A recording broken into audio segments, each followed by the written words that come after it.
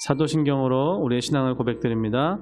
전능하사 천지를 만드신 하나님 아버지를 내가 믿사오며 그 외아들 우리 주 예수 그리스도를 믿사오니 이는 성령으로 잉태하사 동정녀 마리아에게 나시고 본디오 빌라도에게 고난을 받으사 십자가에 못 박혀 죽으시고 장사한 지 사흘 만에 죽은 자 가운데서 다시 살아나시며 하늘에 오르사 전능하신 하나님 우편에 앉아 계시다가 저리로서 산자와 죽은 자를 심판하러 오시리라. 성령을 믿사오며 거룩한 공회와 성도가 서로 교통하는 것과 죄를 사하여 주시는 것과 몸이 다시 사는 것과 영원히 사는 것을 믿사옵나이다. 아멘. 559장 찬양드리겠습니다. 찬송가 559장입니다. 사철의 봄바람 불어있고 하나님 아버지 모셨으니 믿음의 반석도 든든하다. 우리 집 즐거운 동산이라. 고마워라 임마누엘 예수만 섬기는 우리 집. 고마워라 임마누엘 복되고 즐거운 하루하루. 어버이 우리를 보이시고 동기들 사랑에 뭉쳐있고 기쁨과 설움도 같이 하니 한간의 초가도 천국이라. 고마워라 임마누엘 예수만 섬기는 우리 집. 고마워라 임마누엘 복되고 즐거운 하루하루. 아침과 저녁에 수고하여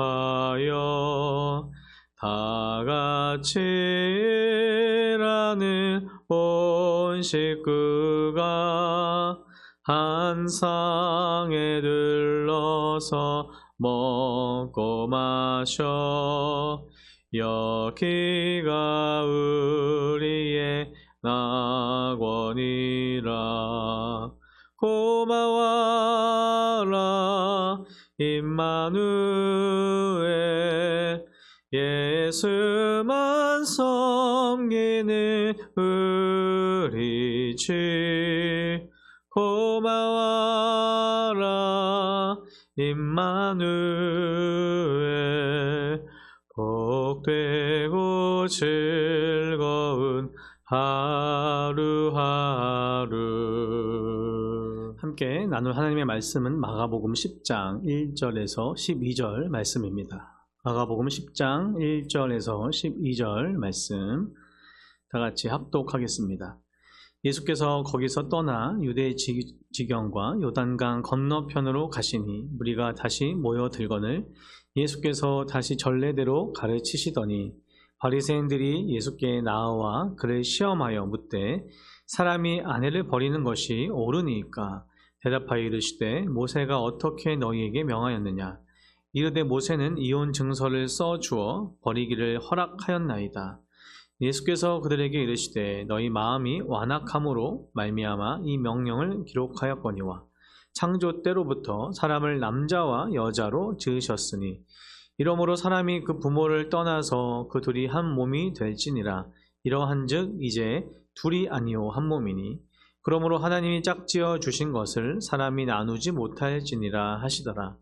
집에서 제자들이 다시 이 일을 물으니 이르시되 누구든지 그 아내를 버리고 다른 데에 장가드는 자는 본처에게 간음을 행함이요 또 아내가 남편을 버리고 다른 데로 시집가면 간음을 행함이니라. 아멘. 함께 읽은 본문 말씀으로 작은 천국이라는 제목으로 말씀을 나누려고 합니다. 예수님의 공생의 기간 동안에 시간이 흐르면 흐를수록 예수님께서 가시는 곳마다 많은 무리들이 병고침을 받고 또한 천국의 복음을 듣기 위해서 모였습니다.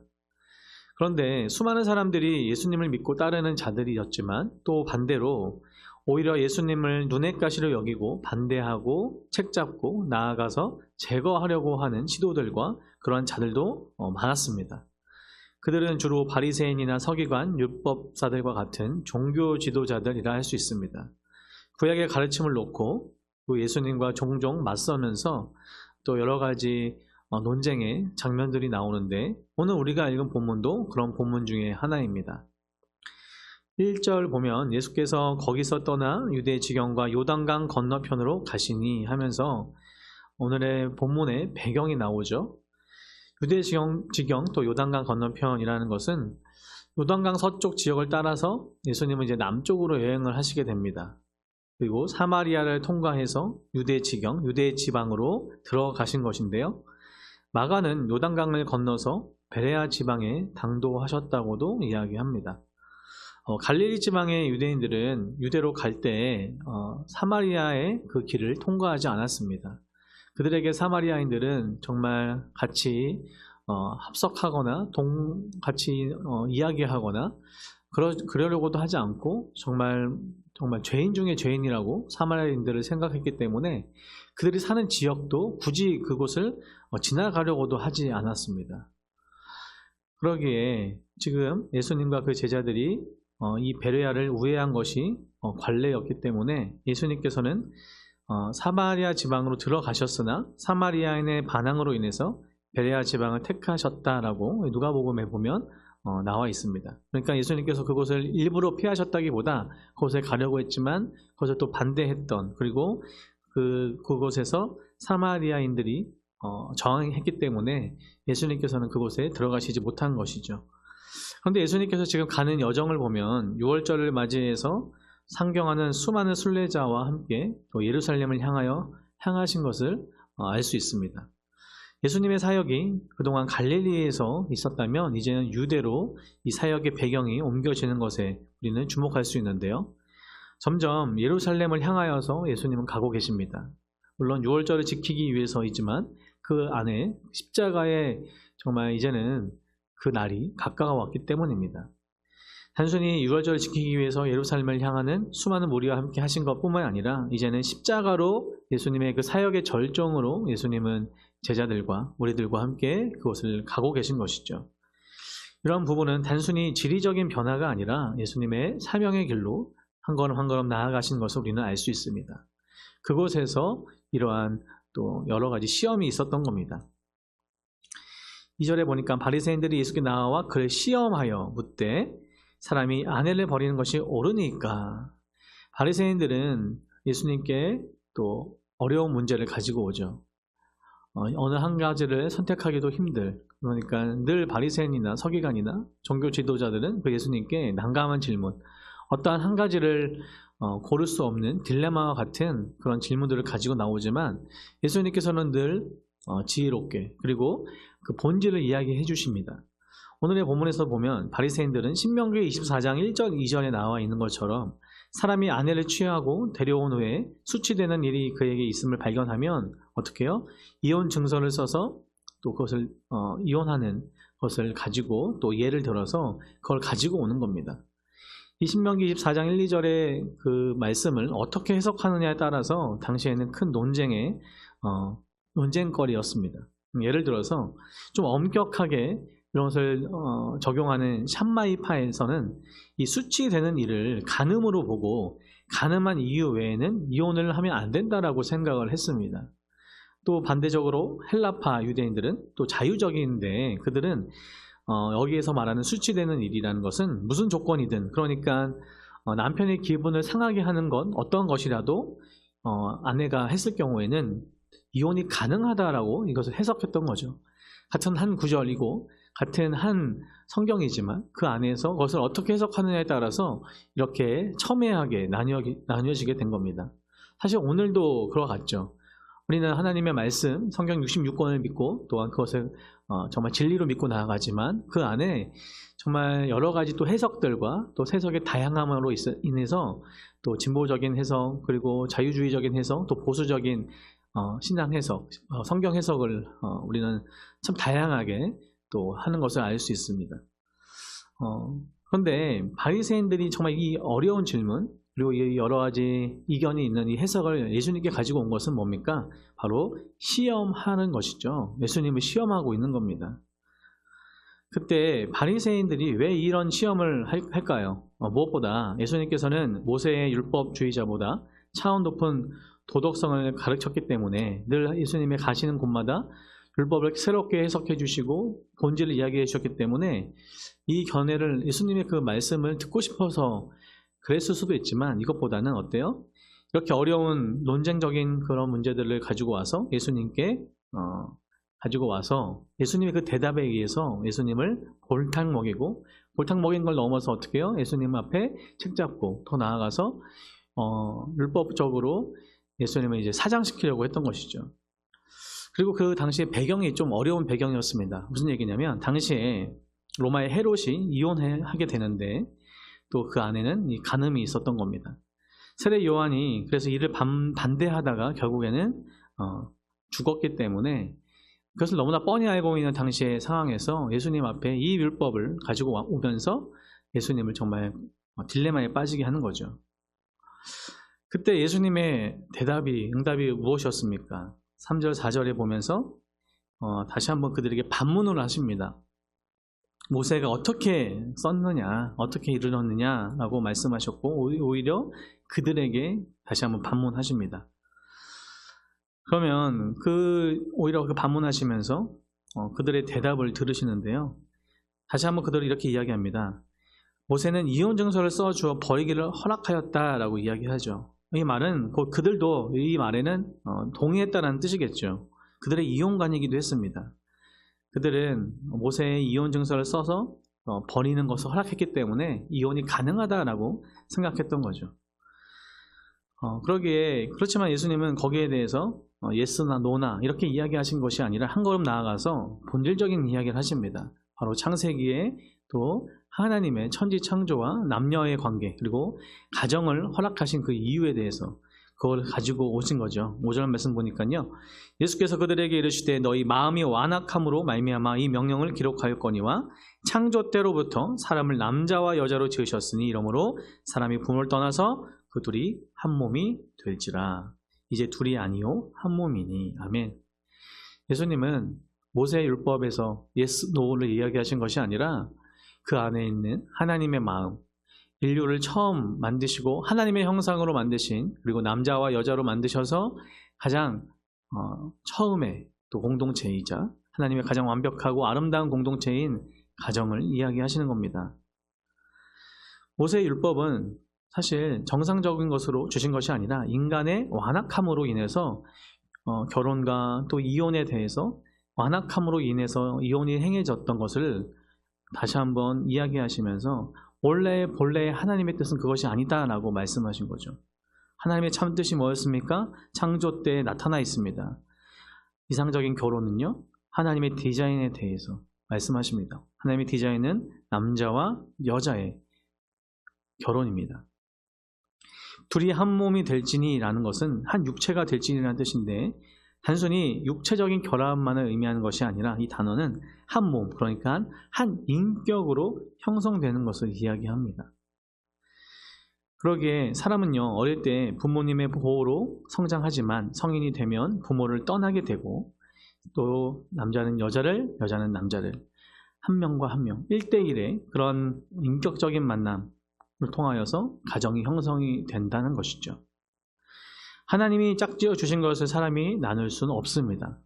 너무 명확하게 예수님은 그 하나님의 원래의 디자인을, 원래 하나님의 뜻을 말씀해 주시는 겁니다. 부부는, 가정은 창조적인 원리 가운데 하나님의 은혜로 하나님의 계획 가운데 짝지어 주신 것이고 다른 어떤 것으로도 그것을 나눌 수 없다. 그런데 인간의 악함과 연약함으로 인해서 이혼이 행해지게 될 때 모세의 율법을 통하여서 이혼이 가능한 그런 경우를 말씀해 주신 거죠. 그런데 오늘의 본문을 보면서 우리 오늘 2025년을 살고 있는 저와 여러분, 또 오늘의 우리의 상황을 좀 생각해 볼 필요가 있는 줄 믿습니다. 요즘에는 어떻습니까? 가정의 가장 기본적인 이 원리와 하나님의 창조의 원리를 역행하는 일들이 참 많이 생기는 것이죠. 남자와 여자의 정말 생물학적인 남자와 여자의 만남과 그 안에 유일한 성으로 결혼하는 하나의 가정이 아니라 이제는 성을 자신이 결정할 수 있다라고 이야기되어지고 있고, 또 남자와 여자만 아니라 남자는 남자를, 여자는 여자를 또 다양한 성의 결정과 그 안에 다양한 가정의 모습을 이제는 이 악한 인간들이 이야기하고 인권이라는 그런 포장으로 우리에게 나아오는 것이 현실입니다. 저와 여러분은 너무나 명확합니다. 하나님의 말씀, 천지창조를 믿는 저와 여러분은 너무나 명확한 가정관, 남자와 여자, 바로 이 존재를 우리는 믿고 인정할 수밖에 없는 겁니다. 그런데 이런 이야기를 하다 보면 어때요? 되게 세상에서 살 때 되게 보수적이다 이야기하고, 때로는 시대에 뒤처져 있다라고도 여기기도 하고, 또 요즘에 세대의 흐름이 그런 것이 아니다라고 하면서 오히려 우리를 반문하고 공격하는 시대가 되었습니다. 사랑하는 능곡중학교 성도 여러분, 저와 여러분은 명확합니다. 시대를 따라가는 그런 인생이 아니라, 그러한 삶을 사는 것이 아니라, 저와 여러분은 너무나 명확한 하나님의 말씀을 믿고 천지창조의 그 하나님, 가정을 우리에게 허락하신 하나님, 남자와 여자를 허락하시고 성을 허락하시고 정말 작은 공동체, 작은 천국을 맛볼 수 있는 그러한 가정을 허락하신 그 하나님의 말씀과 그 하나님을 믿는 줄 믿습니다. 간절히 바라기는 다시 한번 오늘의 본문 말씀을 통해서 우리의 가정을 돌아보며 하나님께서 우리에게 허락하신 그런 남자와 여자와의 그런 하나됨을, 인격적인 하나됨과 또 허락하신 이 귀한 자녀들을 바라보며 나아가는, 또 가정을 위해서 기도하며 나아가는 저와 여러분들에게 소원합니다. 말씀을 정리하면서 마치려고 합니다. 오늘의 본문은 어떻게 보면 또 그 당시에도 어려울 수 있는 여러 해석의 여지가 있는 이혼에 대해서 예수님께 가지고 왔지만, 예수님께서는 정말 천지창조의 그 하나님의 원리로, 하나님의 마음으로 그들에게 이야기하십니다. 오늘의 말씀은 시대가 가고 변해도 변하지 않는 하나님의 명확한 진리의 말씀인 줄 믿습니다. 간절히 바라기는 이 땅에, 또 특별히 우리 자녀들의 세대 가운데 정말 너무나 무너져 있는 이 가정의 모습과 남자 여자의 그런 성적인 어떠한 그런 모습들이 다시 한번 회복되고 세워지고 바른 말씀으로 정말 기준 삼아 믿음으로 나아가는 우리 귀한 가정, 그리고 우리 다음 세대 능곡중앙교회에게 간절히 소원합니다.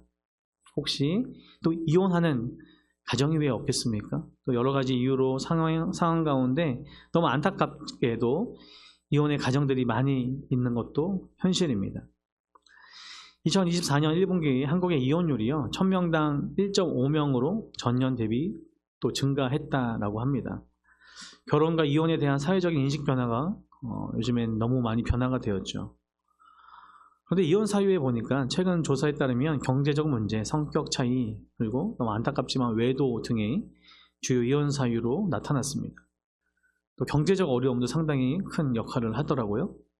그런데 우리가 또 기도하면서 생각해 봐야 될 것이 기독교인들의 이혼율이라는 겁니다. 기독교인들 사이에도 이혼율이 증가하고 있고, 특히 젊은 세대, 다음 세대에서도 결혼도 잘 하지 않지만 결혼한 그 커플들이 이혼을 고려하는 비율이 높아지고 있다고 합니다. 2024년 기준에 기독교인 중 30%가 결혼 생활에서 여러 어려움을 겪고 이혼도 생각하고 있다라는 어떤 조사가 있었습니다. 우리는 하나님이 허락하신 가정과 결혼을 기도하면서, 또한 은혜로 또 하나님이 주신 배우자를 놓고 기도하면서, 이미 결혼으로 이루어졌던 가정이라면 감사와 은혜로 나아가야 될 줄 믿습니다. 그런데 여러 가지 안타깝고 또 현실 가운데 또 이혼을 이미 하신 가정도 있다면 그들에게 정죄의 말씀보다, 정죄하며 나아가는 것보다 그들의 어려움과 안타까움을, 그들의 상처를 어루만져주고, 다음 세대들에게는 정말 하나님이 주신 귀한 가정을, 소망과 그들에게 하나님의 바른 결혼과 가정이 무엇인가를 우리가 본이 되고 그들에게 또 교육하고, 또 교회 가운데, 공동체 가운데 그러한 많은 은혜들과 간증들이 있는 우리 공동체 되기를, 우리 교회 되기를, 특별히 다음 세대 되기를 간절히 바라고 기도하기 원합니다. 기도하겠습니다. 사랑하는 하나님 아버지, 오늘 본문 말씀을 통해서 우리가 가정과 우리 자녀와 다음 세대를 위해서, 또 특별히 교회를 위해서 기도하는, 또 기도의 제목들을 주시니 감사합니다. 하나님, 작은 천국을 우리에게 맛보기 위해서 가정을 허락하시고 배우자를 허락하시고 자녀를 허락하시는 줄 믿습니다. 하나님, 우리 귀한 가정들마다 예배가 회복되고 상처가 회복되고, 더욱더 주님 말씀으로 하나 되는 가정들로 귀하게 나아갈 수 있도록 도와주시고, 혹시 가정 가운데 깨어지고 나뉘고 혹시 이혼의 가정도 있다면 그들에게 하나님의 귀한 십자가의 은혜가 흘러갈 수 있도록, 또 그들을 품고 함께 웃고 웃을 수 있는 그러한 주님의 귀한 공동체 될 수 있는 우리 모두 될 수 있도록 도와주시고, 무엇보다 기도하는 것은 다음 세대가 해체되는 가정과 그러한 성 정체성과 또 계속되는 이 시대의 흐름 사이에 우리가 다시 한번 진리를 선포하며 창조의 원리와 하나님의 뜻을 선포하며 나아가는 그런 우리 모든 가정과 교회 될 수 있도록 하나님 인도하여 주시옵소서. 하나님, 우리 힘으로 할 수 없습니다. 우리를 불쌍히 여겨주시고 긍휼히 여겨주시고 하나님께서 책임져 주시고 세워주시옵소서. 감사드리며 주님의 말씀을 의지하며 모든 말씀 우리 주 예수님의 이름으로 기도 올려드립니다. 아멘. 하늘에 계신 우리 아버지여, 이름이 거룩히 여김을 받으시오며 나라에 임하옵시며 뜻이 하늘에서 이룬 것 같이 땅에서도 이루어지이다. 오늘날 우리에게 일용할 양식을 주옵시고, 우리가 우리에게 죄 지은 자를 사하여 준 것 같이 우리 죄를 사하여 주옵시고, 우리를 시험에 들게 하지 마옵시고 다만 악에서 구하옵소서. 대개의 나라와 권세와 영광이 아버지께 영원히 있사옵나이다. 아멘.